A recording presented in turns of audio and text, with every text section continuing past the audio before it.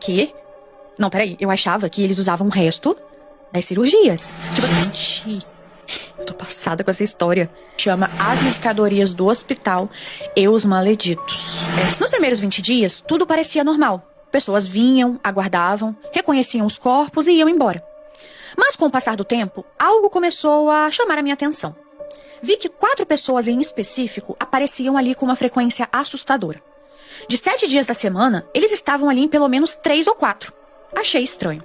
Mesmo durante a pandemia, não era possível que essas mesmas famílias estivessem perdendo, sabe, entes queridos com essa frequência. E ainda assim, fossem sempre as únicas a comparecer para o reconhecimento. Tipo, era muito estranho. Outro detalhe, sempre os mesmos enfermeiros conduziam o processo. E, curiosamente, os vigilantes que acompanhavam a movimentação era sempre o maledito e a maledite. Mesmo quando estavam escalados em outro setor. Parecia que eles sabiam o horário em que tudo aconteceria. E essa rotina continuou por semanas. E quanto mais eu observava, mais aquilo me incomodava. Eu resolvi não comentar com ninguém. Afinal, eu não sabia quem fazia parte daquilo.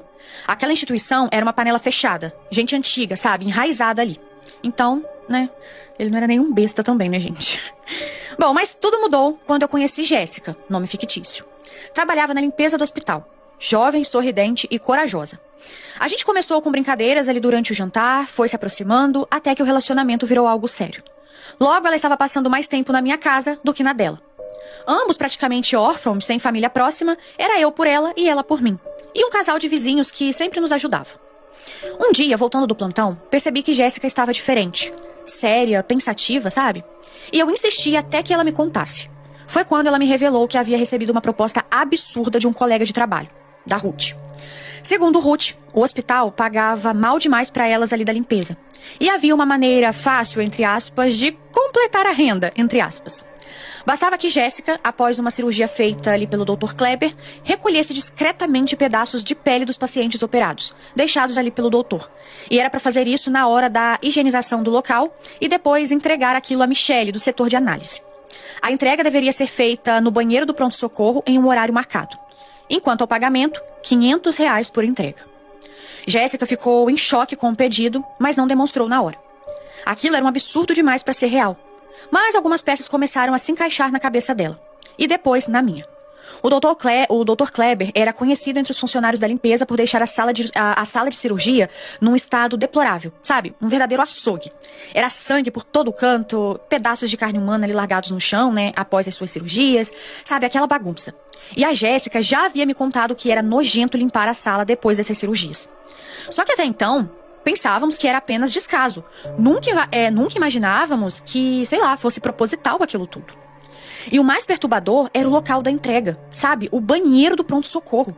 Um espaço movimentado, mas sem câmeras por ser considerado sensível. Ou seja, impossível de eu monitorar o que acontecia ali. Fora que um banheiro, né, gente? Nojento, né? Enfim. Jéssica, apesar do medo, decidiu aceitar a proposta. Queria entender o que estava por trás daquilo. Eu tentei impedir. Disse que era perigoso demais. Mas ela foi firme. Se a gente não descobrir, ninguém vai descobrir. Na noite da cirurgia seguinte, feita pelo Dr. Kleber, Jéssica seguiu o plano. Pegou um pedaço de pele ali do chão da sala de cirurgia, colocou em um saco plástico e entregou para Michele no banheiro. Tudo como Ruth havia instruído. E isso se repetiu algumas vezes. A cada entrega, Jéssica ganhava a confiança ali de Michele. E foi num desses encontros que, com uma brincadeira disfarçada, ela conseguiu a primeira grande revelação. E foi da seguinte forma. Mulher, o que vocês estão fazendo? Construindo um zumbi? Ela perguntou. Michele riu, depois olhando ao redor para ter certeza de que estavam sozinhas, respondeu. A Ruth não te contou? Eu analiso esses pedaços do paciente que foi operado, faço uma ficha técnica bem completa, sabe? Tipo sanguíneo, tecido, alergias, tudo. E entrego para o maledito. Agora, o que fazem com isso depois, aí eu já não sei. Pronto, era a peça que faltava. Maledito que recebia os dados. E se ele estava envolvido, tudo aquilo no morgue, sabe? Aquelas pessoas estranhas e aquela rotina ali de reconhecimentos, entre aspas, fazia sentido. E a partir daí, eu entrei no jogo. Me aproximei de Maledito e, consequentemente, de Maledite. Comecei a passar mais tempo com eles, abandonando a sala de monitoramento ali de vez em quando. E por conta disso... Não, perdão. Comecei a passar mais tempo com eles, abandonando a sala de monitoramento de vez em quando. Eles, confiantes e por eu ser das câmeras, me acolheram, pois achavam que eu já estava dentro ali da panela deles. E, consequentemente, tinham eu e as minhas câmeras nas mãos. Acho que o fato de eu ser novo e do monitoramento facilitou um pouco essa aproximação. Então, numa dessas madrugadas, me chamaram para acompanhar uma entrega ali no morgue. Quando chegamos, eu vi as mesmas 4 pessoas que apareciam constantemente pelas câmeras. Cumprimentei o enfermeiro José, que parecia confuso ali com a minha presença. E Maledito, percebendo ali o clima, apenas disse: ele é dos nossos, tá comigo. Dentro do necrotério, antes de entrar nas salas com os corpos, aquelas 4 pessoas receberam os papéis com os dados dos falecidos. Aqueles mesmos documentos que Michelle produzia. Eles analisavam friamente como se estivessem escolhendo a mercadoria. Depois entramos na sala masculina. 2 corpos estavam sobre as macas, um homem e uma mulher. E isso me incomodou. Se havia uma sala feminina, por que uma mulher estava ali? Boa pergunta. Eles examinaram os corpos e saíram, e ninguém falou mais nada. No caminho de volta, eu perguntei pro Maledito o que era aquilo, e ele riu. Bom, isso é o que paga as minhas contas. Você acha que dá pra viver com esse salário de miséria? Mas eu insisti. Disse que queria ganhar dinheiro também e que queria participar. E foi aí que ele me explicou o horror. Aquelas 4 pessoas eram atravessadores. Recebiam pedidos específicos de clientes, que às vezes eram faculdades, rituais, fetiches, tráfico de órgãos, seitas e por aí vai. Quando precisavam de um corpo com determinadas características, tipo cor de pele, tipo sanguíneo, idade, condição física, eram essas 4 pessoas que buscavam. E no hospital a qual trabalhei era um dos fornecedores ali desses tais produtos para esses atravessadores. Eles compravam do hospital e revendiam para quem quisesse. Quando encontravam um paciente na fila cirúrgica com o perfil desejado, o Dr. Kleber era o encarregado de fazer a cirurgia e deixar todas aquelas amostras de tecido no local. Logo após a coleta dos tecidos que eram feitas ali pelas faxineiras envolvidas no esquema, se após a análise de Michelle o pedido fosse confirmado, o Dr. Kleber providenciava... Que? Não, peraí, eu achava que eles usavam o resto das cirurgias. Tipo assim, eu sei que isso é pesado, gente, mas... Não, eu sei que é pesado, assim, só o fato de usar, mas não machucava ninguém, porque eram restos de cirurgias. Mas não, o Dr. Kleber providenciava a morte do paciente, mascarando como uma complicação do pós-operatório ou uma infecção hospitalar, entre outras alegações. Simples assim. E detalhe, 95% do hospital sabia daquilo e ainda lucrava com isso. Direta ou indiretamente, desde a diretoria até mesmo alguns pacientes. Gente, eu tô passada. Depois da morte, entravam em cenas funerárias, os coveiros e até membros da administração dos cemitérios. Eles sabiam exatamente em qual túmulo o corpo estava. À noite, o coveiro tirava o cadáver ali da cova e colocava no lugar uma ossada velha qualquer. Pronto, o processo estava completo. E o mais doentio de tudo, descobrimos que nem todos os corpos eram de pessoas que haviam feito cirurgias. Alguns estavam vivos, sabe, normais, só foram ao hospital para tomar um soro e mais nada. Saíam de lá mortos e já vendidos. Eram executados sob demanda. O plano era monstruoso. Começava com o Dr. Kleber e sua cirurgia propositalmente descuidada. Tipo assim, o plano era monstruoso. E começava com o Dr. Kleber e sua cirurgia propositalmente descuidada. Um pedaço de pele era deixado estrategicamente para ser recolhido por algumas das faxineiras envolvidas, e essa carne ia para Michelle, que montava uma ficha técnica detalhada com os dados biológicos da vítima. Maledito recebia a ficha, entregava para os atravessadores, e se o corpo atendesse ali às exigências da encomenda, o Dr. Kleber dava um jeito. Como eu disse, a morte era sempre tratada como um acidente cirúrgico ou algo relacionado. Nada suspeito, nada que levantasse alarde.